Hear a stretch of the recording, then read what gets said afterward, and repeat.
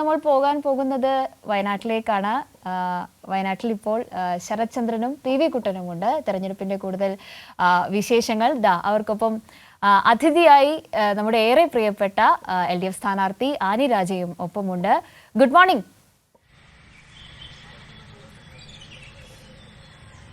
Good morning Kavya. Good morning Jilu. അപ്പോൾ happy women's day, എല്ലാ ആശംസകളും നേരുന്നു. അപ്പോൾ ഞങ്ങളിതാ വയനാട് എന്ന് സംസാരിക്കുമ്പോൾ രാജ്യത്തെ ഏറ്റവും പ്രമുഖ നേതാക്കളിലൊരാൾ, വനിതാ നേതാവ് എന്ന വിശേഷണത്തിലേക്ക് ഞാൻ ചുരുക്കുന്നില്ല, ദേശീയ തലത്തിലെ ഏറ്റവും പ്രധാനപ്പെട്ട നേതാക്കളിൽ ഒരാളാണ് ഈ വനിതാ ദിനത്തിൽ നമ്മൾക്കൊപ്പം സ്ക്രീനിലേക്ക്, കൈരളി ന്യൂസിലേക്ക് എത്തുന്നത്. ഞങ്ങൾ അനിരാജയോട് സംസാരിക്കാൻ തുടങ്ങുന്നതിന് മുമ്പ് ഞങ്ങൾ ഒന്നിച്ച് കണ്ടത് ബദറുന്നിസ ടീച്ചർ കൈരളി ന്യൂസിനോട് സംസാരിക്കുന്നത് വളരെ ശ്രദ്ധയോടെ ടീച്ചർ കേൾക്കുന്നുണ്ടായിരുന്നു. ജിലുവുമായി സംസാരിക്കുന്നതിലേക്കൊക്കെ ഞങ്ങൾ വരുന്നുണ്ട്. അപ്പോൾ ബദറുന്നിസ ടീച്ചർ സംസാരിക്കുന്നത് ഇങ്ങനെ ശ്രദ്ധയോടെ കേൾക്കുന്നത് കേട്ടു. സ്ത്രീ മുന്നേറ്റത്തിൻ്റെ ഒരു പുതിയ കാലത്തെ അനുഭവം എങ്ങനെയാണ് രാജ്യത്ത് പൊതുവിലും കേരളത്തിൽ എങ്ങനെയാണ്? ടീച്ചർ പറഞ്ഞതൊക്കെ കേട്ടല്ലോ. ഒരു മുസ്ലിം കുടുംബത്തിൽ നിന്ന് കടന്നു വന്ന ഒരു അനുഭവത്തെക്കുറിച്ച് പറയുന്നു. സഖാവിനും കോമ്രേഡിനും അങ്ങനെ ഒരു വലിയ അനുഭവമുണ്ട്. ഇതെല്ലാം ചേർത്ത് വെച്ച് ഈ ഒരു ദിവസത്തിൻ്റെ സവിശേഷത വെച്ചുകൊണ്ട് അതിലേക്ക് വരുന്നതിന് മുമ്പ് ഏറ്റവും ആദ്യമായി ജിലുവിനും കാവ്യയ്ക്കും ടീച്ചർക്കും അതോടൊപ്പം ഈ ചാനൽ കാണുന്ന മുഴുവൻ ആളുകൾക്കും, പ്രത്യേകിച്ച് എൻ്റെ സഹോദരിമാർക്ക്, സഖാക്കൾക്കൊക്കെ ഈ അന്താരാഷ്ട്ര വനിതാ ദിവസത്തിൻ്റെ വലിയ ആശംസ നേരുകയാണ്. തീർച്ചയായിട്ടും ടീച്ചർ പറഞ്ഞത് കേട്ടുമല്ലോ. ടീച്ചർ ഇന്ന് എത്തി നിൽക്കുന്നത് എവിടെ നിന്ന് തുടങ്ങിയ പ്രവർത്തനവും പോരാട്ടവുമാണെന്ന് നമ്മൾ കാണുന്നതാണ്. അപ്പം കാലം മാറുകയാണ്. ആ മാറ്റം സ്ത്രീകളെ പൊതുരംഗത്തേക്ക് കൂടുതൽ വരുന്നതിനും പ്രതിബന്ധങ്ങളെ നേരിട്ടുകൊണ്ട് കൂടുതൽ വരുന്നതിനും തങ്ങൾക്ക് ആഗ്രഹിക്കുന്ന ഇടങ്ങൾ എത്തിപ്പിടിക്കുന്നതിനുള്ള പ്രവർത്തനങ്ങൾ നടത്തുന്നതിനുമുള്ള ഒരു സാഹചര്യം ഇന്ന് വളർന്നു വന്നിട്ടുണ്ട്. അല്ലെങ്കിൽ ഞാൻ പറഞ്ഞല്ലോ, പ്രതിബന്ധങ്ങളെ തരണം ചെയ്യാൻ അല്ലെങ്കിൽ അത് നേരിടാനുള്ള ഒരു ധൈര്യം ഇന്ന് എല്ലാവർക്കുമുണ്ട്. അതൊരു വലിയ പോസിറ്റീവ്. ലോകമാകെ മാറുകയാണ്, ഇന്ത്യയും മാറുകയാണ്, കേരളവും മാറുന്നു. ഇത് നമ്മളെപ്പോഴും സംസാരിക്കുമ്പോൾ സ്വന്തം അനുഭവത്തിൽ നിന്ന് പറയുമ്പോഴാണ് കേൾക്കുന്നവർക്ക് ആവേശകരമായി അത് പകർത്താൻ തോന്നുന്നത്. അനിരാജ എന്ന ആ ഒരു പെൺകുട്ടിയിൽ നിന്ന് സ്ത്രീയിലേക്കുള്ള വളർച്ച, വിവാഹത്തിലേക്ക്, കോമ്രേഡ് D രാജയുമായിട്ടുള്ള വിവാഹത്തിലേക്ക്, ദേശീയ രാഷ്ട്രീയത്തിൻ്റെ ഭാഗമായി ഒരു ലീഡർഷിപ്പ് സ്പേസിലേക്ക് വന്നത് സ്വന്തം അനുഭവത്തിൽ നിന്ന് എങ്ങനെയാണ് നമ്മുടെ ആളുകളോട് പറഞ്ഞു കൊടുക്കുക? ആ ഒരു അനുഭവത്തിൻ്റെ കറേജ് ഞാൻ ടീച്ചറിൽ നിന്നും കണ്ടിന്യൂ ചെയ്യുകയാണ്. ടീച്ചർ പറഞ്ഞു, ചെറുപ്പത്തിൽ എങ്ങനെയായിരുന്നു പാർട്ടി ജാഥകൾ പോകുമ്പോൾ അതിൻ്റെ പിറകെ കൂട്ടം കൂടി ആരവത്തോടെ, ഒരു തത്വശാസ്ത്രവും അറിയില്ല, ഒരു ഐഡിയോളജിയും അറിയില്ല, പക്ഷേ ഇതെന്തോ ഒരു മഹാസംഭവമാണെന്നുള്ള രീതിയിൽ പോയിട്ടുണ്ട്. അങ്ങനെയുള്ള കാലഘട്ടം ഞങ്ങളും അതിലൂടെയാണ് കടന്നുപോയത്. പക്ഷേ എനിക്ക് എന്നെക്കുറിച്ച് പറയാനുള്ളത്, എന്നെ ഒരു തലതെറിച്ച പെണ്ണെന്നാണ് പൊതുവെ. ഒരു ക്രിസ്ത്യൻ മലയോര മേഖലയാണ് അത്. ഒരു വിധത്തിൽ പറഞ്ഞ ഒരു യാഥാസ്ഥിതിക ക്രിസ്ത്യൻ മേഖലയാണ്. നമ്മൾ മലപ്പുറത്ത് നിന്ന് നേരെ ക്രിസ്ത്യൻ മലയോര മേഖലയിലേക്ക്, വയനാട് കണ്ണൂരിന്റെ ഭാഗത്തേക്ക് വരികയാണ്. അപ്പോൾ എല്ലാവരും ഇടകലർന്നൊക്കെയാണ്, എന്നാലും ഒരു ക്രിസ്ത്യൻ മെജോറിറ്റി ഉള്ള ഇരിട്ടി വട്ടപ്പറമ്പ്, ആറളം പഞ്ചായത്തില് കീഴ്പള്ളി വട്ടപ്പറമ്പ്.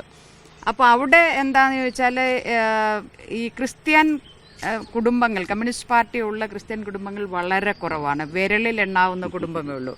അതിലൊരു കുടുംബം, 2 കുടുംബമാണ് ഉണ്ടായിരുന്നത്. അതിലൊരു കുടുംബം എൻ്റെ കുടുംബമായിരുന്നു. അപ്പോൾ അതുകൊണ്ട് തന്നെ എനിക്ക് വീട്ടിലെ സഹോദരന്മാരോടൊപ്പം, ഞങ്ങൾ 3 സഹോദരന്മാരും ഞാൻ ഏറ്റവും ഇളയാൾ, ഒരു പെൺകുട്ടിയുമാണ്. അപ്പം ഞങ്ങൾ 4 പേരും അച്ഛനും. അമ്മ ഒരു ഭക്തയാണ്. ഭക്തയെന്ന് പറഞ്ഞാൽ അങ്ങ് ഞായറാഴ്ച ദിവസങ്ങളിൽ കൃത്യമായും എന്ത് സംഭവിച്ചെന്ന് പറഞ്ഞാലും രാവിലെ പോയി കുർബാന കാണുക എന്നുള്ളത് അമ്മച്ചിയുടെ അതിലൊരു വിട്ടുവീഴ്ചയുമില്ല. അമ്മച്ചി വലിയ രാഷ്ട്രീയക്കാരാണ്. പകൽ മുഴുവനും പണിയെടുക്കുമ്പോഴും ഉച്ചയ്ക്ക് കഞ്ഞിയാണെങ്കിൽ കഞ്ഞി, കപ്പയാണെങ്കിൽ കപ്പ കഴിച്ചിട്ട് അതിന് ശേഷം വരുന്ന അന്നത്തെ പത്രം എടുത്ത് വായിക്കുന്ന ഒരു സ്വഭാവമുള്ള ആളാണ്. അമ്മച്ചി 4th ഫോം പഠിച്ച ആളാണ്. അപ്പോൾ അങ്ങനെ ഉള്ള ഇടത്തിൽ അമ്മച്ചിയുടെ രാഷ്ട്രീയം നമുക്കറിയാം, അത് ഇടതുപക്ഷത്തിനോടൊപ്പമുള്ളതാണ് എന്ന് എനിക്ക് പൂർണ്ണമായും തോന്നുന്നില്ല. പക്ഷേ അമ്മച്ചിയെ ഞങ്ങൾ കസേരയിൽ എടുത്തുകൊണ്ടാണ് അവസാനം അമ്മച്ചി വോട്ട് ചെയ്യാൻ പോകുന്നത്. പക്ഷെ അവിടെ ചെന്നപ്പോൾ അമ്മച്ചി പറഞ്ഞു, ഒരാളും എൻ്റെ കൂടെ വോട്ട് ചെയ്യുന്നിടത്ത് വരണ്ട, അത് ഞാൻ ചെയ്തോളൂ എന്ന് പറഞ്ഞത്രയും. അപ്പോൾ എങ്കിൽ പോലും ഞാൻ ഒരു പെൺകുട്ടിയാണ്. അമ്മച്ചിയുടെ ആ സഹോദരന്മാർക്കൊക്കെ 10ഉം 15ഉം മക്കളുള്ളവരുണ്ട്.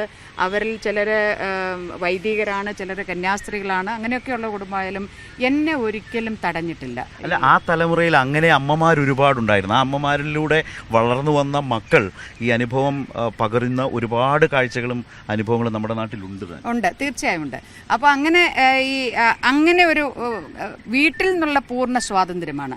അതുപോലെ തന്നെ ഇപ്പോൾ ഒരു ജെൻഡർ ഡിസ്ക്രിമിനേഷൻ ഒരു എന്നൊക്കെ പറഞ്ഞ് കാണുമ്പോൾ അത് പാർട്ടിക്കകത്താണെങ്കിൽ പോലും സ്ത്രീകളെ മൂലക്കിരുത്തുന്നത് അല്ലെങ്കിൽ അങ്ങനെ എന്തെങ്കിലും ചെയ്യുന്ന കാണുമ്പോൾ എനിക്ക് പ്രതികരിക്കാതിരിക്കാൻ കഴിയാത്തത് എൻ്റെ കുടുംബത്തിൽ ഞാൻ അത്തരമൊരു സമീപനം എനിക്കില്ല. അതുകൊണ്ടാണ്. അപ്പോൾ അങ്ങനെ വന്നാൽ അതുകൊണ്ട് എല്ലായിടത്തിലും പോവുക, എല്ലാത്തിലും കയറി ഇറങ്ങുക, മരത്തിൽ കയറി അങ്ങനെയൊക്കെ ഉണ്ട്. ആളുകൾ പുരുഷന്മാരെ എന്തെങ്കിലും പറഞ്ഞാൽ ഉടനെ അതിന് തറുതല പറയാന്നാണ് അവർ പറയുന്നത്. ഞാൻ എൻ്റെ മറുപടി പറയുന്നതേ ഉള്ളൂ. അപ്പം അങ്ങനെ ഒരു തലതെറിച്ച പെൺകുട്ടി എന്നുള്ള ഒരു വിശേഷണത്തിലൂടെ വന്നതാണ്. പിന്നെ അങ്ങനെ വളർന്ന് അപ്പോൾ ഞങ്ങളുടെ അവിടെ കൊല്ലത്തു നിന്നൊക്കെയുള്ള തഴ വെട്ടാൻ ആളുകൾ വരും പായ നെയ്യുന്നതിന് വേണ്ടിയിട്ട്. അവരൊക്കെ തന്നെയും ദളിത് കമ്മ്യൂണിറ്റിയിൽപ്പെട്ട പട്ടികജാതി കുടുംബങ്ങളിൽപ്പെട്ടവർ വരുന്നുണ്ട്. അപ്പം അവരോടൊപ്പമാണ് എൻ്റെ ജീവിതം. ഞാൻ സർക്കാർ സ്കൂളിലാണ് പഠിച്ചത് 4ാം ക്ലാസ് വരെ. അവിടെ എൻ്റെ കൂടെ 1ാം ക്ലാസ് മുതലുള്ളത് ഒരു അന്നമ്മ എന്ന് പറഞ്ഞിട്ട് ഒരു കൺവേർട്ടഡ് ക്രിസ്ത്യൻ ഫാമിലി. ഞങ്ങളുടെ നാട്ടിലാകെ ഞങ്ങൾക്കറിയുന്ന ഒരു കൺവേർട്ടഡ് ക്രിസ്ത്യൻ അവർ മാത്രമാണ്. അവരെവിടുന്ന് വന്നവരാണ്. അപ്പോൾ അവരാണ് എൻ്റെ ഏറ്റവും അടുത്ത കൂട്ടുകാരി. അവരുടെ കൂടെ ഞാൻ കൂടുന്നതുകൊണ്ട് ഞങ്ങൾ പിള്ളേർ വൈകുന്നേരമൊക്കെ കളിക്കുമ്പോൾ അവരുടെ ടീം തോറ്റാൽ അല്ല ഞാൻ അവരെ തോൽപ്പിച്ചാൽ അവരവസാനം അടിയൊക്കെ കൂടും. പക്ഷെ അവസാനം എൻ്റെ അടിയാണ് അവർക്ക് കൂടുതൽ കിട്ടുകയെങ്കിൽ അവസാനം എന്നെ തോൽപ്പിക്കാൻ വേണ്ടി പറയുന്ന ഒരു വിശേഷണമുണ്ട്. അതാണ് പറച്ചി. ആ പറച്ചി എന്നുള്ള വിളി പിള്ളേർക്കൊന്നും അറിയില്ല. പക്ഷെ എൻ്റെ കൂട്ടുകാരി പറയ കമ്മ്യൂണിറ്റിയിൽപ്പെട്ട ഒരു പെൺകുട്ടിയാണ് എന്നുള്ളത് കൊണ്ടാണ് എങ്ങനെ ഈ അന്നത്തെ കാലത്ത് കുഞ്ഞുങ്ങളുടെ മനസ്സിൽ അത് വന്നു എന്നറിയത്തില്ല. അബ്യൂസ് ചെയ്യാൻ ഉപയോഗിക്കുന്നതാണ് പറച്ചി. ഞാൻ അവരുടെ കൂട്ടുകാരിയാണ്. അതുകൊണ്ട് ഞാൻ അവരുടെ വീട്ടിൽ പോകും. ഉച്ചയ്ക്ക് സാധാരണ കുടുംബമാണ്. അവിടെ എന്താ കഞ്ഞിവെള്ളം ഉണ്ടെങ്കിൽ അതൊക്കെ കുടിക്കും. അങ്ങനെയൊക്കെയാണ്. അപ്പോൾ അത് എൻ്റെ മനസ്സിൽ ഇങ്ങനെ ഉണ്ട്. ഇങ്ങനത്തെ ഒരു ഇങ്ങനെ എൻ്റെ സഹോദരൻ പോലും ചിലപ്പം വിളിച്ചിട്ടുണ്ട്. അത് ഞങ്ങൾ പിള്ളേരാണ്. അങ്ങനെ ഇത് വളർന്നു. പിന്നെ അങ്ങോട്ടേക്ക് പോകുമ്പോൾ ഗ്രാജുവേഷനിൽ ആ ലെവലിലേക്ക് ഞാൻ AISFന്റെ പ്രവർത്തനം 10ാം ക്ലാസ് വരെയാണ് ഫോർമൽ എഡ്യൂക്കേഷൻ. പിന്നീട് അങ്ങോട്ട് അതെ വെളിമാനം സ്കൂളിൽ UP സ്കൂളിലും അതുപോലെ തന്നെ ഹൈസ്കൂള് കരിക്കോട്ടക്കരി സെന്റ് തോമസ് സ്കൂളിലുമാണ് പഠിച്ചത്. അതിനുശേഷം പിന്നെ എല്ലാം ഒന്നെങ്കിൽ പാരൽ കോളേജിൽ കുറച്ച് ദിവസം പോവുക, പിന്നെ ഓപ്പൺ ഇതിൽ പഠിക്കുക. അങ്ങനെയാണ് ഞാൻ പഠിച്ചത്. അപ്പോൾ അങ്ങനെ ഒരു ഘട്ടത്തിൽ ഞാൻ AISFൽ ഇരിക്കുമ്പോൾ അന്ന് 10ാം ക്ലാസ് കഴിഞ്ഞ് പ്രീ ഡിഗ്രി 1ാം വർഷം അവിടെ പുതിയൊരു കോളേജ് തുടങ്ങി, പാരൽ കോളേജ്. ആകെ 8 പിള്ളേരാണുള്ളത് അവിടെ. അതുവഴി ഒരു AUYFന്റെ അന്നൊക്കെ കാൽനട ജാഥകളാണല്ലോ വരുമ്പോൾ അന്നൊരു പാരീസ് മുട്ടായി ഉണ്ട്, പച്ച കവറുള്ള. അപ്പോൾ കുറച്ച് പാരീസ് മുട്ടായി വാങ്ങി ഒരു ടൈലറെ കൊണ്ട് ഒരു മാലയാക്കി അടുപ്പിച്ച് പള്ളിയുടെ മുന്നിലാണ് ക്രിസ്ത്യാനികളുടെ സെന്റർ, ക്രിസ്ത്യാനി സെന്ററാണ്. അവിടെ ഈ ജാഥയ്ക്ക് സ്വീകരണം കൊടുത്തു. അപ്പോൾ അതിൻ്റെ പിറ്റേന്ന് 2-3 ദിവസം കഴിഞ്ഞപ്പോൾ എനിക്കൊരു ആ കോളേജിലേക്കൊരു പാക്കറ്റ് വന്നു. ആ പാക്കറ്റ് തുറന്നു നോക്കുമ്പോൾ വളരെ വൃത്തികെട്ട സ്മെല്ലാണ്. ഒരു ഞണ്ടിൻ്റെ കാല വരുന്നത്. അപ്പോൾ ഈ ഒരു ക്രിസ്ത്യൻ മേഖലയിൽ എങ്ങനെ ഒരു പെണ്ണ്, അതും ഒരു ക്രൈസ്തവ കുടുംബത്തിൽ പെട്ട ഒരു പെൺകുട്ടി എങ്ങനെ ഒരു കമ്മ്യൂണിസ്റ്റ് പാർട്ടിയുടെ ഇതുമായി ബന്ധപ്പെട്ട് സ്വീകരണം കൊടുക്കും? അതാണ് അതിന്റെ രോഷമായിരുന്നു ഞണ്ടിന്റെ കാല. അതിൻ്റെ രോഷമായിരുന്നു. അതൊക്കെ അങ്ങനത്തെ ഒരുപാട് അനുഭവങ്ങളുണ്ട്. പക്ഷേ ഇങ്ങനെയൊക്കെ ആളുകൾ എന്നെ പറയുമ്പോഴും ഞങ്ങളുടെ അയൽവക്കത്തു നിന്നൊക്കെ എല്ലാവരും കോൺഗ്രസ്സുകാരാണ്. എൻ്റെ അമ്മാവനും കോൺഗ്രസ്സാണ്, എല്ലാവരും അത്. അപ്പം ഞങ്ങളുടെ ആർലം ഫാമിൽ ഞങ്ങളുടെ നാട്ടിലൊന്നും സിനിമ കാണാൻ വേറെ മാർഗ്ഗമില്ല. അപ്പോൾ ആർലം ഫാമിൽ എല്ലാ മാസവും ഒരു സിനിമ കാണിക്കും. അന്ന് ആ സിനിമയ്ക്ക് പോകുമ്പോൾ ഞങ്ങളുടെ വീടിനടുത്ത് ഒരു വീട്ടിലെ 7 സഹോദരിമാരും ഒരു മൂത്ത സഹോദരനുള്ളത്. കത്തിച്ചാൽ കത്തുന്ന കോൺഗ്രസ്സാണ്. പക്ഷെ ഇതിന് പോകുമ്പോൾ അവരെ പെങ്ങന്മാരെ വിടുകയല്ല. എന്നിട്ട് അവസാനം അങ്ങേര് പറയും, ഞാൻ അവരുടെയൊക്കെ ഇളയതാണ്, ആനി പോകുന്നുണ്ടെങ്കിൽ കൂടെ പൊയ്ക്കോട്ടെ എന്നാണ് പറയുക. അപ്പം അവർക്ക് അന്ന് മുതലേ ഇതെന്നെ എന്ത് ചീത്ത പറയും, ലീഡർഷിപ്പിന്റെ ആദ്യത്തെ സ്പാർക്കാണ്. അവര് നമ്മളെ വിശ്വസിക്കും. കൂടെ പോയാൽ ഇവരുടെ കൂടെ പോയാൽ കുഴപ്പമുണ്ടാകുകയില്ല എന്നുള്ള, എന്ത് വന്നാലും നേരിട്ടോളും എന്നുള്ള ഒരു ഇതാണ്. ഇതങ്ങനെ വളർന്ന് പിന്നെ പോകുമ്പോഴാണ് ഒരു 10-15-16 വയസ്സൊക്കെ ആകുമ്പോഴാണ് സജീവമായ അതിൻ്റെ അപ്പുറത്തേക്ക് ഈ കളറിൻ്റെ രാഷ്ട്രീയം, നമുക്ക് പെൺകുട്ടികളൊക്കെ ഇരുന്ന് വർത്താനം പറയുമ്പം കല്യാണത്തെക്കുറിച്ചൊക്കെ പറയുമല്ലോ. അപ്പോൾ ചിലരൊക്കെ എനിക്ക് ഈ പണ്ട് മുതലേ എൻ്റെ കൂട്ടുകാരി കറുത്ത ഞാനത് പറയാൻ പാടില്ല, ആ ഒരു കളറിലുള്ള ആളാണ്. അപ്പോൾ എനിക്ക് അതിനോട് ഭയങ്കര ആ ഒരു കറുപ്പെന്ന് പറഞ്ഞാൽ അതിൽ പിന്നെ ഒരു മായം ചേർക്കലും നടക്കില്ല. വേറെ വെള്ളയുടെ കൂടെ നിങ്ങൾ എന്ത് ചേർത്തോ അതായി പോകും അല്ലേ. അപ്പോൾ അതിനോട് എനിക്കൊരു ഭയങ്കര ക്രേസാണ് കറുപ്പിനോട്. അപ്പോൾ പെൺകുട്ടികൾ ഇങ്ങനെ പറയുമ്പോൾ ചിലർ പറയും ഞാൻ കറുത്തയാളെ കല്യാണം കഴിക്കല്ലേ. അപ്പോൾ ഞാൻ അന്നേ പറയുമ്പോൾ ഒരു കറുത്തയാൾ എനിക്കിഷ്ടമുള്ള ഒരാൾ കറുത്തയാളാണെങ്കിൽ തീർച്ചയായും ഞാൻ കല്യാണം കഴിക്കും. എൻ്റെ നിറം കുറച്ച് മങ്ങിയതായാലും കുഴപ്പമില്ല.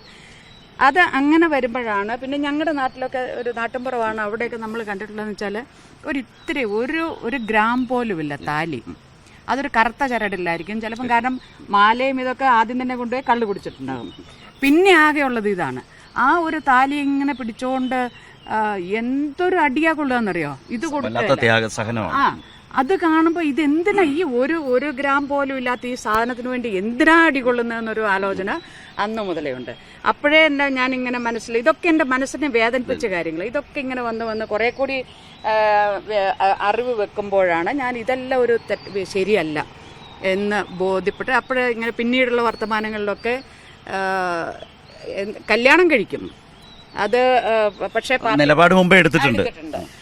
പക്ഷെ ഇത്തരത്തിലുള്ള ആചാരങ്ങളോ ചടങ്ങുകളോ ഒന്നും ഉണ്ടാവില്ല. എന്ന് ഈ രാജ്യത്ത് പുരുഷന്മാരും കല്യാണം കഴിക്കുന്ന പുരുഷനും ഒരു അടയാളം ധരിക്കുന്നു അന്നേ ധരിക്കുള്ളൂ എന്നൊക്കെ അന്ന് വലിയ വിപ്ലവമാണല്ലോ നമുക്ക്. അങ്ങനെയൊക്കെയുള്ളൊരു ധാരണയുണ്ട്. അപ്പോൾ പിന്നീടാണ് അങ്ങോട്ടേക്ക് ഡൽഹിക്ക് പോകുന്നതും. ഡൽഹിക്ക് കല്യാണം കഴിഞ്ഞു പോകുന്നതാണ്. അതിനുശേഷം ഞാൻ വീട്ടുകാർ വിവാഹം ആലോചിക്കാൻ തുടങ്ങിയപ്പോൾ തന്നെ സാധാരണ അങ്ങനെയാണല്ലോ നാട്ടിൽ 10-20 വയസ്സായാൽ പെൺകുട്ടികൾക്ക്. അപ്പോൾ ഞാൻ അച്ഛനോട് പറഞ്ഞു ഞാൻ കല്യാണം കഴിക്കുന്നെങ്കിൽ ഒരു ദളിത് വിഭാഗത്തിൽപ്പെട്ട ഒരാളെ കല്യാണം കഴിക്കൂ എന്ന് പറഞ്ഞു. അത് ഞാൻ വേറെ ഏത് മതം ജാതിയൊന്നും ഞാൻ പറഞ്ഞില്ല, ദളിത് വിഭാഗത്തിൽപ്പെട്ട ഒരാളായിരിക്കണം. കാരണം എൻ്റെ മനസ്സിൽ ഇതുണ്ട്, എന്തുകൊണ്ട് ഇവരെ എന്നെ പറച്ച് എന്ന് വിളിച്ചു. എനിക്കത് മനസ്സിലാക്കാൻ വലിയ പ്രയാസമായിരുന്നു ചെറുപ്പത്തിൽ. പിന്നീട് മനസ്സിലായപ്പോൾ അതിൻ്റെ ഒരു രാഷ്ട്രീയം ഞാൻ മനസ്സിലാക്കി. അപ്പോൾ അതുകൊണ്ട് നമ്മൾ ഇതിനെതിരായി ഫൈറ്റ് ചെയ്യുമ്പോൾ നമ്മുടെ ജീവിതത്തിൽ നമ്മൾ അതിനോടൊപ്പം നിൽക്കുന്നില്ലെങ്കിൽ അതിലൊരു ക്രെഡിബിലിറ്റിയുടെ വിഷയം. ആ ബോധ്യത്തിൽ നിന്ന് ആളെ കണ്ടെത്തിയത് എന്താ പറയുക, അപ്രതീക്ഷിതമായിട്ടാണ്. ആളെ കണ്ടെത്തിയത് പാർട്ടി നമ്മുടെ കോമൺ ഫ്രണ്ട്സ് ആലോചിച്ച് കണ്ടെത്തിയാണ്. അപ്പോൾ രാജസഖാവും ഞാനും കൂടി സംസാരിച്ചു. ഞാൻ പറഞ്ഞു എന്താണ് ഈ ചടങ്ങുകൾ, അതുപോലെ തന്നെ ഈ താലി മാല ഇതൊന്നും പറഞ്ഞ് സ്വർണം ഇതൊന്നും ഞാൻ അതുപോലെ തമിഴ്നാട്ടിലൊക്കെ പട്ടുസാരിയാണല്ലോ, ഇതൊന്നും എനിക്ക് അംഗീകരിക്കാനാവില്ല. അങ്ങനെയൊക്കെ ആണെങ്കിൽ നമുക്ക് ചർച്ച മുന്നോട്ട് പുരോഗമിക്കാം. അങ്ങനെയാണ് ഉപേക്ഷിച്ച് ചർച്ച അങ്ങനെയാണ് പുരോഗമിച്ചത്. അങ്ങനെയാണ് ആ വിവാഹം. സത്യത്തിൽ ഈ സംസാരിക്കുന്നതിനകത്ത് നമ്മുടെ മലയോര ജീവിതത്തിന്റെ, കുടിയേറ്റ ജീവിതത്തിന്റെ ഒരു കഷ്ടപ്പാടുകളുടെ അതിജീവനത്തിന്റെ ഒരു കാലമുണ്ട്. അതിലൂടെ വളർന്നു വന്ന പുരോഗതിയിലേക്ക് വന്ന പുതിയ കാലത്തെ വരിച്ച മനുഷ്യന്റെ ആ ഒരു തലമുറയുടെ മാറ്റം എല്ലാം നമുക്ക് വളരെ വേഗത്തിൽ വളരെ സൂക്ഷ്മമായി കിട്ടുന്നുണ്ട്. അതുപോലെ തന്നെ ഞങ്ങളുടെ സ്ക്രീനിൽ, ഞങ്ങളുടെ സ്റ്റുഡിയോയിൽ ഇപ്പോൾ നേരത്തെ പറഞ്ഞ ജിലുമോൾ ഇരിപ്പുണ്ട്. നേരത്തെ സഖാവിന് നന്നായി അറിയാം, കോമ്രേഡ് നേരത്തെ പറയുകയും ചെയ്തിരുന്നു. അപ്പോൾ അതുപോലെയുള്ള പുതിയ കുട്ടികൾ അവരുടെ ഒരു കമ്മിറ്റ്മെൻറ്റ്, അവരുടെ എയിം, അത് എങ്ങനെയാണ് ശ്രദ്ധിച്ചിട്ടുള്ളത്? എന്താണ് ജിലുവിനോട് അടക്കം സംസാരിക്കാനുള്ളത്? അല്ല, ജിലു ഇപ്പം നമ്മളോടാണ് സംസാരിക്കുന്നത്. നമുക്ക് ജിലുവിനോട് ഒന്നും സംസാരിക്കാനില്ല. ജിലു പറയുന്നത് കേൾക്കുക. കാരണം ജിലുവിൽ നിന്ന് നമ്മൾ ഒരുപാട് ഊർജം ഉൾക്കൊള്ളുകയാണ്. എന്തെല്ലാം പ്രതിസന്ധികൾ, അത് എന്താണ് ഫിസിക്കലി എന്തെല്ലാം പ്രതിസന്ധി ആയിരുന്നാലും ശരി, സമൂഹത്തിലുള്ള പ്രതിസന്ധി ആയിരുന്നാലും ശരി, അതിനെയൊക്കെ ഫേസ് ചെയ്തുകൊണ്ട് നമ്മൾ we are also equal citizens എന്നുള്ളതാണ്. അപ്പോൾ ആ ഒരു രീതിയിൽ നമുക്കും മുന്നേറണം, നമുക്കും ആഗ്രഹങ്ങളുണ്ട്. ആ ആഗ്രഹങ്ങൾ ആരുടെയെങ്കിലും അവരുടെയെങ്കിലും തട്ടിപ്പറിച്ചിട്ടല്ല നമ്മളുടെ ആഗ്രഹം. നമുക്കുള്ള ആഗ്രഹം അത് സഫലീകരിക്കാൻ വേണ്ടി നമ്മൾ മുന്നോട്ട് പോകണം. ഇപ്പം ഞാൻ ഈ വിവാഹവുമായി ബന്ധപ്പെട്ട ഒരു കാര്യം കൂടി പ്രത്യേകം ഓർമ്മിപ്പിക്കാനെന്ന് ഞാൻ ആഗ്രഹിക്കുകയാണ്. ഇപ്പം ഈ വിവാഹത്തിൽ ഞാൻ രാജസഖാവിനോട് പറഞ്ഞ ഒരു കാര്യം, ഞാൻ ഒരു സ്വർണം, തമിഴ്നാട്ടിലൊക്കെ ഭയങ്കരമാണ് ഈ സ്വർണം, സ്ത്രീധനം എന്നൊക്കെ ഉള്ളത്. അപ്പോൾ സ്ത്രീധനം കൊടുക്കില്ല എന്ന് ഈ വിവാഹത്തെക്കുറിച്ചൊക്കെ മറ്റ് നമ്മുടെ സുഹൃത്തുക്കളുമായിരുന്ന് ആലോചിച്ച് ചർച്ച ചെയ്യുമ്പോൾ പോലും ഞാൻ എപ്പോഴും പറയുന്നതാണ്. കാരണം സ്ത്രീധനം എന്ന് പറഞ്ഞാൽ നമ്മുടെ നാട്ടിലെ സാധാരണക്കാരൻ മനുഷ്യരല്ലേ, അവരൊരു പെൺകുട്ടിയെ കല്യാണം കഴിച്ചയക്കണം. കല്യാണം കഴിച്ചില്ലെങ്കിൽ നാട്ടുകാരെന്ത് പറയും, വീട്ടുകാരെന്ത്, ഇതൊക്കെയുണ്ട്. അപ്പോൾ എവിടുന്നെങ്കിലും കടം വാങ്ങും, വീട്ടിലുള്ള സാധനം ഒക്കെ തന്നെ വിൽക്കും. അത് കഴിഞ്ഞ് ആ കടം വീട്ടുന്നതിന് മുമ്പ് ഒരു വർഷത്തിനകത്ത് പ്രസവത്തിന് വേണ്ടി വരികയാണ് ക്രിസ്ത്യൻ കുടുംബങ്ങളിൽ. ആ പ്രസവത്തിന് വരുമ്പോൾ അതിൻ്റെ ചിലവ്, പിന്നെ കൊച്ചിനെയും കൊണ്ട് തിരിച്ചവർ പോകുമ്പം കൊച്ചിന് സ്വർണം, അരഞ്ഞാണം, കമ്മൽ എന്ന് വേണ്ട സകലതും, ഇതെല്ലാം ആ കുടുംബത്തെ വീണ്ടും പ്രതിസന്ധിയിലാക്കുകയാണ്. അങ്ങനെ അതുകൊണ്ട് ഞാൻ നേരത്തെ തീരുമാനിച്ചു, എൻ്റെ കുടുംബത്തെ ഒരു കാരണവശാലും അത് സ്ത്രീധനം ഒരു വേണ്ടാത്ത ദുരാചാരമാണ്. അതുകൊണ്ട് എൻ്റെ കുടുംബത്തെ ഞാൻ ആ കാര്യത്തിൽ ഒരു യാതൊരു വിധത്തിലും അവരെ ഉപദ്രവിക്കില്ല എന്ന തീരുമാനം. അതുകൊണ്ടാണ് സ്ത്രീധനം ഉണ്ടാവില്ല എന്ന് ആദ്യം തന്നെ പറഞ്ഞു. ഞാൻ ഒരു നിമിഷം കുട്ടാ, കാവ്യ, ജിലു ഇതൊക്കെ കേൾക്കുന്നുണ്ടല്ലോ അല്ലേ? തീർച്ചയായും പറഞ്ഞോളൂ. ജിലു സംസാരിക്കുന്നുണ്ട്. ജിലു പറഞ്ഞോളൂ. ഹലോ ചേട്ടാ. റൈറ്റ്. അതാ എന്താ ജിലു ദാ പറഞ്ഞത് കേട്ടില്ലേ? നിങ്ങളൊക്കെ പറയുന്നതാണ്, ജിലു പറയുന്നതാണ് കേട്ടുകൊണ്ടിരിക്കുന്നതെന്നാണ് അദ്ദേഹം പറഞ്ഞത്. ശ്രീമതി അനുരാജ പറഞ്ഞത്. ജിലു കേട്ടല്ലോ അല്ലേ? കേട്ടോ, ഒരുപാട് സന്തോഷം. Thank you. ഹലോ. ജിലു വളരെ വളരെ കോൺഫിഡന്റ് ആയിട്ടിരിക്കുന്നു. ഒരുപാട് സന്തോഷം. കേൾക്കുന്നുണ്ട്. സഖാവേ, ഇപ്പോൾ വനിതാ ദിനത്തിൻ്റെ ഒരു പശ്ചാത്തലത്തിൽ നമുക്കറിയാം, ദേശീയ തലത്തിൽ ഇപ്പോൾ ഏറ്റവും ഒടുവിൽ ബംഗാളിൽ ഉൾപ്പെടെ സ്ത്രീകൾ വലിയ രീതിയിലുള്ള അതിക്രമങ്ങൾക്കിരയാവുന്നു, യു.പിയിലും ഉത്തരേന്ത്യയിൽ മുഴുവൻ. അപ്പോൾ ആ ഒരു പശ്ചാത്തലത്തിൽ ഇപ്പോൾ കേരളത്തിൽ ഇപ്പോൾ എനിക്ക് തോന്നുന്നു തെരഞ്ഞെടുപ്പ് രാഷ്ട്രീയത്തിൽ കേരളത്തിലേക്ക് ആദ്യമായിട്ട് സജീവമായിട്ട് വരികയാണല്ലോ. ഇവിടുത്തെ ഒരു പൊതു സാമൂഹ്യ അന്തരീക്ഷത്തെക്കുറിച്ച് എങ്ങനെയാണ്, ദില്ലിയിൽ നിന്ന് വരുമ്പോൾ എങ്ങനെയാണ് നോക്കിക്കാണുന്നത്? ഈ മണ്ഡലത്തിലെയോ അതോ പൊതുവെ കേരളത്തിന് എനിക്ക് ഞാൻ പറയാമല്ലോ, കേരളത്തില് നമുക്കിവിടെ ഒരുപാട് കുറവുകളുണ്ട്. എല്ലാം പെർഫെക്റ്റ് ആണെന്നൊന്നും ഞാൻ പറയില്ല. പക്ഷേ ആ കുറവുകൾ വെച്ചുകൊണ്ട് തന്നെ ഞാൻ പറയുകയാണ്, ഈ കേരളത്തെ വേറെ ഒരു സംസ്ഥാനവുമായിട്ട് നമുക്ക് കമ്പയർ ചെയ്യാൻ പറ്റില്ല. കമ്പാരിറ്റീവ് അങ്ങനത്തെ ഒരു സാമൂഹിക ജീവിതമായിരുന്നാലും ശരി, അതുപോലെ മറ്റു കാര്യങ്ങൾ, വിദ്യാഭ്യാസമായിരുന്നു, അതിലേക്കൊന്നും ഞാൻ എല്ലാവർക്കും അറിയുന്നതാണ്.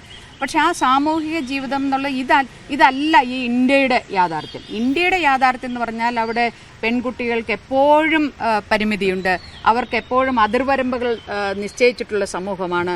അത് ജാതിയുടെ അതിർവരമ്പാകാം, അത് മതത്തിൻ്റെ അതിർവരമ്പാകാം, അത് ഫ്യൂഡലിസത്തിൻ്റെ അതിർവരമ്പാവാം. എല്ലാം പെൺകുട്ടിയാണോ, അവർ പരായകർക്കായാണ്, മറ്റൊരു വീട്ടിലേക്ക് പോകേണ്ടതാണോ, അടങ്ങി ഒതുങ്ങി ജീവിച്ചോണം എന്നുള്ള അങ്ങനെയൊക്കെയുള്ളൊരു പെൺകുട്ടികൾ സ്വാതന്ത്ര്യത്തോടെ ശ്വസിക്കുന്ന നാടല്ല ഇന്ത്യ. പക്ഷേ കേരളം അതിൽ നിന്ന് വ്യത്യാസമാണ്. അവിടെയാണ് ഇപ്പോൾ സഹോ പറഞ്ഞല്ലേ, അതിർവരമ്പുകളുടെ ഒരു നാടായി നമ്മുടെ രാജ്യം മാറുന്നു. അത് സ്ത്രീകളിലായാൽ, അതുപോലെ ഗ്രാമീണ ജീവിതത്തിലായാൽ, ദാരിദ്ര്യത്തിലായാൽ, ഇതെല്ലാം സംഭവിക്കുന്നു. ഇപ്പോൾ വയനാട്ടിൽ ഒരു സ്ഥാനാർത്ഥി എന്ന നിലയിൽ നിൽക്കുമ്പോൾ, വോട്ടർമാരോട് സമീപിക്കുമ്പോൾ അവരുടെ മനസ്സ്, അവരുടെ കൈ ചേർത്ത് പിടിക്കുന്ന മനുഷ്യരുടെ മനസ്സ് എങ്ങനെയാണ് അനുരാജയെ പോലൊരു നേതാവ് മനസ്സിലാക്കുന്നത്?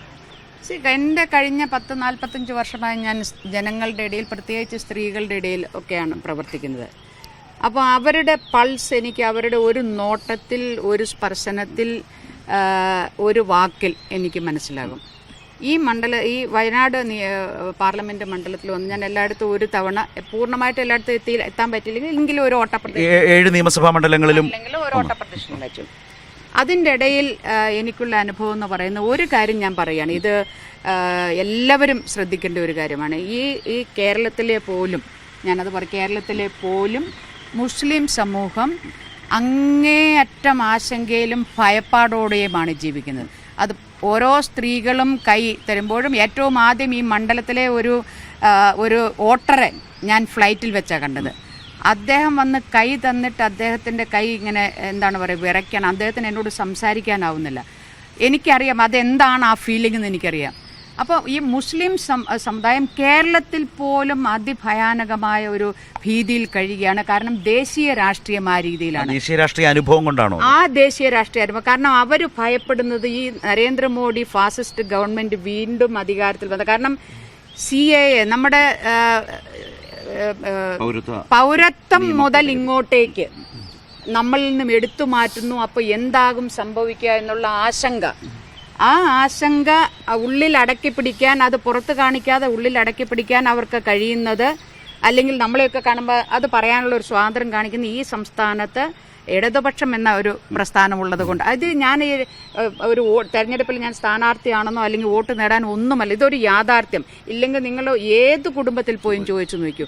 ഇത് നമ്മുടെ ഈ നാട്ടിലെ രാഷ്ട്രീയ പാർട്ടികൾ, പ്രത്യേകിച്ച് ഇടതുപക്ഷ പാർട്ടികൾ ഈ വിഷയത്തിൽ ഒന്നുകൂടി കുറെ കൂടി നമുക്ക് ഇതിൽ ചെയ്യേണ്ടതുണ്ട്. ഈ ഭയം അകറ്റി കേരളത്തിൽ ജീവിക്കുന്നവരെങ്കിലും കുറഞ്ഞ പക്ഷം അവർക്ക് കുറെ കൂടി ആത്മവിശ്വാസം കൊടുക്കണം. കേരളത്തിലൊരു ആശ്വാസത്തിന്റെ തുരുത്തെന്ന് പറയാൻ പറ്റുള്ളൂ. അതെ, ആ തുരുത്ത് അങ്ങനെ ആകുമ്പോൾ നമ്മൾ ചെയ്യേണ്ടത്, ഇവിടുത്തെ ജനങ്ങളും ചെയ്യേണ്ടത്, കാസർഗോഡ് മുതൽ തിരുവനന്തപുരത്തുള്ള വരെയുള്ള 20 മണ്ഡലങ്ങളിലെയും ഇടതുപക്ഷ ജനാധിപത്യ മുന്നണിയുടെ സ്ഥാനാർത്ഥികളെ വിജയിപ്പിക്കുക എന്നുള്ളത് കൂടിയാണ്. അതായത് പാർലമെന്റിൽ കേരളത്തിൽ നിന്ന് ഇടത് MP-മാരുണ്ടാവേണ്ടതിന്റെ ഒരു രാഷ്ട്രീയ അനിവാര്യതയെക്കുറിച്ചാണ് ഇപ്പോൾ സംസാരിച്ചത്.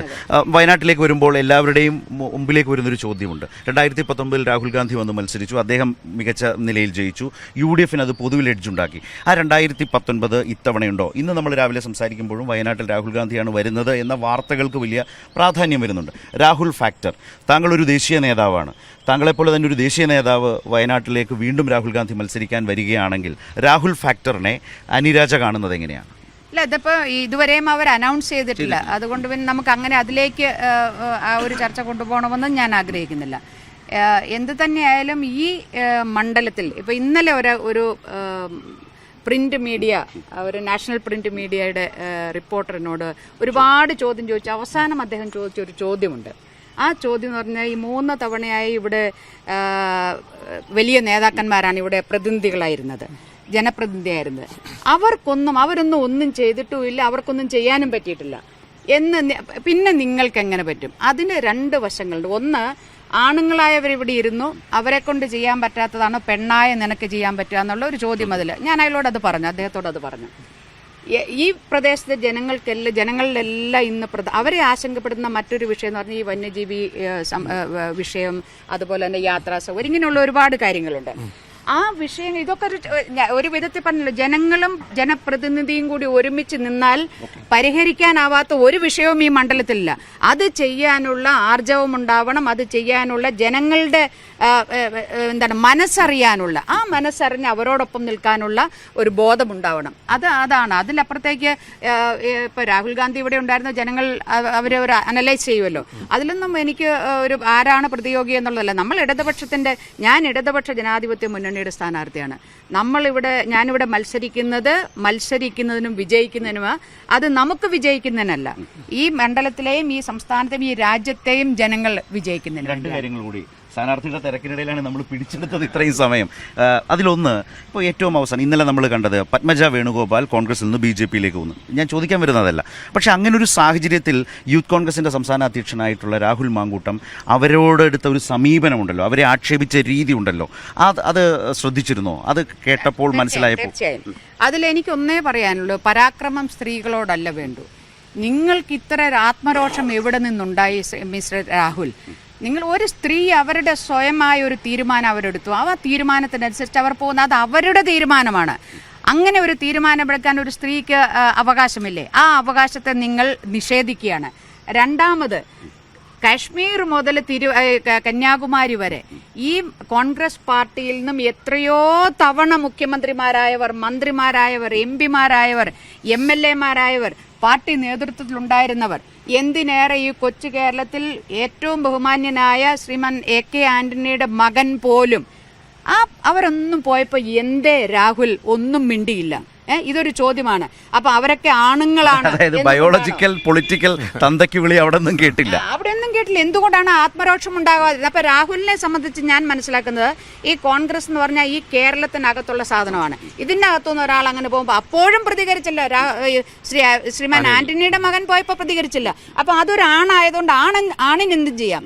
ഒരു സ്ത്രീ പോകുമ്പോൾ അത് വലിയ അപരാധം. എന്നിട്ടോ എന്തൊരു ഭാഷയാണ് ഉപയോഗിക്കുന്നത്, എന്തൊരു മ്ലേച്ഛമായ ഭാഷ, അങ്ങേയറ്റം അപലപിക്കേണ്ട ഒരു രീതി. അതൊരു ചെറുപ്പക്കാരനാണ്. ആ ചെറുപ്പക്കാരൻ അങ്ങനെ എന്ത് സന്ദേശം അതിന്റെ യൂത്ത് കോൺഗ്രസിന് കൊടുക്കുന്നത്? യൂത്ത് കോൺഗ്രസ് കൾച്ചർ അതാണോ എന്ന് രാഹുലാണ് പറയേണ്ടത്. ലാസ്റ്റ് ക്വസ്റ്റ്യൻ, അതായത് നമ്മളിപ്പോൾ നേരത്തെ തുടങ്ങിയിടത്തേക്ക് എത്തേണ്ടതുണ്ട്. ഇപ്പോൾ ഞാൻ ഓർക്കുന്ന ചില പേരുകൾ, സുഭാഷിണി അലി ഈ കാലത്ത് നടത്തിയിട്ടുള്ള നിയമ പോരാട്ടം, ബിൽക്കിസ് ബാനു കേസിൽ നമുക്കറിയാം. ബൃന്ദ കാരാട്ട്, താങ്കളുടെ ഒരു അടുത്ത സുഹൃത്ത്, ഇപ്പോൾ അനധികൃതമായി ഏകപക്ഷീയമായി നിയമവിരുദ്ധമായി കെട്ടിടങ്ങൾ പൊളിച്ചപ്പോൾ, മതന്യൂനപക്ഷങ്ങളുടെ കെട്ടിടങ്ങൾ പൊളിച്ചപ്പോൾ അവിടേക്ക് പോയ ആളാണ്. മണിപ്പൂരിലേക്ക് ആദ്യം പോയ ദേശീയ നേതാവാണ് ശ്രീമതി ആനി രാജ. രാജ്യദ്രോഹ കുറ്റം വരെ നേരിടേണ്ടി വന്നു. അപ്പോൾ ഈ അനുഭവങ്ങളിൽ നിന്ന് സ്ത്രീകൾ പ്രതിപക്ഷ രാഷ്ട്രീയത്തെ ശക്തമായി ജനങ്ങളോട് കൂടുതൽ അടുപ്പിച്ച് നിർത്തുന്നുണ്ട്. ആ ഒരു മണിപ്പൂരിൻ്റെ അനുഭവം, ഇന്നത്തെ ഒരു ദിവസം അവിടെ സ്ത്രീകൾ അനുഭവിച്ചതുകൂടി ചുരുക്കം വാക്കുകളിൽ ഞങ്ങളോടൊന്ന് പറയാമോ? കണ്ടത് ചുരുക്കം വാക്കുകളിൽ കഴിയില്ല എന്ന് എനിക്കറിയാം. കാരണം അതിൻ്റെ ഒരു പിക്ചർ, ഒരു ഭാഗം നമ്മളെല്ലാവരും കണ്ടതാണ്. ഒരു പെൺകുട്ടിയെ വിവസ്ത്രയാക്കി അവളെ എങ്ങനെയാണ് ഒരു ആൾക്കൂട്ടം അവളെ ആക്രമിച്ചതെന്നുള്ളത് നമ്മൾ കണ്ടതാണ്.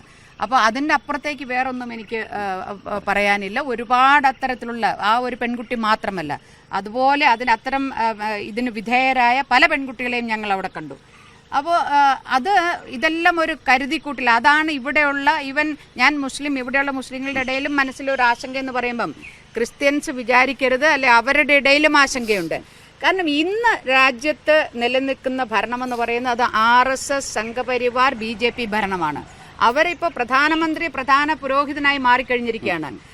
ചെങ്കോലാണ് ഇന്ത്യയുടെ നമ്മുടെ ഭരണഘടനയ്ക്ക് പകരം ചെങ്കോലാണ് പൂജ്യ വസ്തുവാക്കി മാറ്റിയിരിക്കുന്നത്. അങ്ങനെ ഒരു സാഹചര്യത്തിൽ അത് ഈ ഒരു ബ്രാഹ്മണിക്കൽ ഹിന്ദുത്വവാദി രാഷ്ട്രം സ്ഥാപിക്കാൻ പോകുന്നത്. ഹിന്ദുക്കളെല്ലാം കരുതരുത്, ഹിന്ദുരാഷ്ട്രം സ്ഥാപിച്ചാൽ നമ്മളെല്ലാം അതിലുണ്ട്, നമുക്കെല്ലാം A ക്ലാസ് സേവനം കിട്ടുമെന്ന് വിചാരിക്കരുത്. ഈ ഹിന്ദുത്വ രാഷ്ട്രം എന്ന് പറയുന്നത് ബ്രാഹ്മണിക്കൽ ഏറ്റവും ഉന്നതമായ ആ ജാതി ശ്രേണിയിലെ ഏറ്റവും ഉന്നത ശ്രേണിയിൽ നിൽക്കുന്നവർക്ക് മാത്രമാണ് അവരുടെ ഒരു രാജ്യമുണ്ടാക്കുക. ഞാനത് പറയുമ്പോൾ പെട്ടെന്ന് കേരളത്തിൽ പോലും SC/ST നേതാക്കൾക്കൊപ്പം ഉച്ചയൂണ് കഴിക്കുന്നു എന്ന് BJP നേതാക്കൾ എഴുതി പ്രസിദ്ധീകരിച്ച് ആഘോഷിക്കുന്നതിൽ സഖാവ് പറഞ്ഞൊരു ടേമിന്റെ പ്രസക്തി കിടപ്പുണ്ട്. അല്ല, അതിന്റെ കാര്യം എന്താണെന്ന് വെച്ചാൽ എന്ത് നെറുകേടും കാണിച്ച് എന്തും ചെയ്ത് 10 വോട്ട് 2 സീറ്റ് എന്നുള്ളതാണ്. ഈ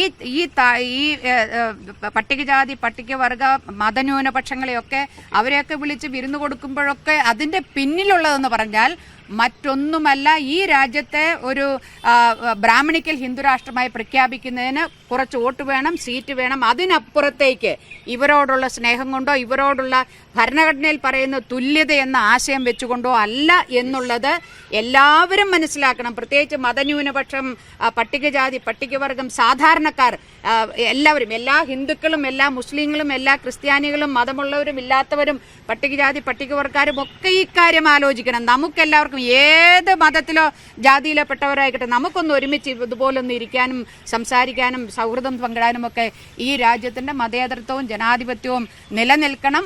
അതിനായുള്ള ഒരു തെരഞ്ഞെടുപ്പാണിത്. ആ തെരഞ്ഞെടുപ്പിൽ സഹായിക്കണം. വയനാടും വളരെ പ്രധാനമാണ് എന്നാണ് പറഞ്ഞു വെക്കുന്നത്. അപ്പോൾ ഏതായാലും സ്ഥാനാർത്ഥിയുടെ സഖാക്കളുടെ അടുത്തേക്ക്, സുഹൃത്തുക്കളുടെ അടുത്തേക്ക് വിട്ടുകൊടുക്കേണ്ട ഒരു സമയമാണ്. അവരും ഏറെ നേരമായി കാത്തു നിൽക്കുകയാണ്. ഓക്കെ, അപ്പോൾ പ്രവർത്തിക്കണം. ഓക്കെ, രാവിലെ തന്നെ ഉണ്ട് കൂടെ. രാവ് ലോക്കൽ കമ്മിറ്റി സെക്രട്ടറിയാണ്. ഓക്കെ, അപ്പോൾ ഞങ്ങൾ നീങ്ങട്ടെ ഇങ്ങോട്ട്. അപ്പോൾ ശരി, വയനാടിൻ്റെ ആവേശകരമായ ഒരു തെരഞ്ഞെടുപ്പ് ദിവസത്തിലേക്ക് സ്ഥാനാർത്ഥി ശ്രീമതി അനിരാജ നീങ്ങുന്നു. അതിനിടയിലാണ് ഞങ്ങളിങ്ങനെ വന്ന് ഇവിടെ നിന്ന് അദ്ദേഹത്തോട് സംസാരിച്ചത്. Okay, thank you. ഓക്കെ.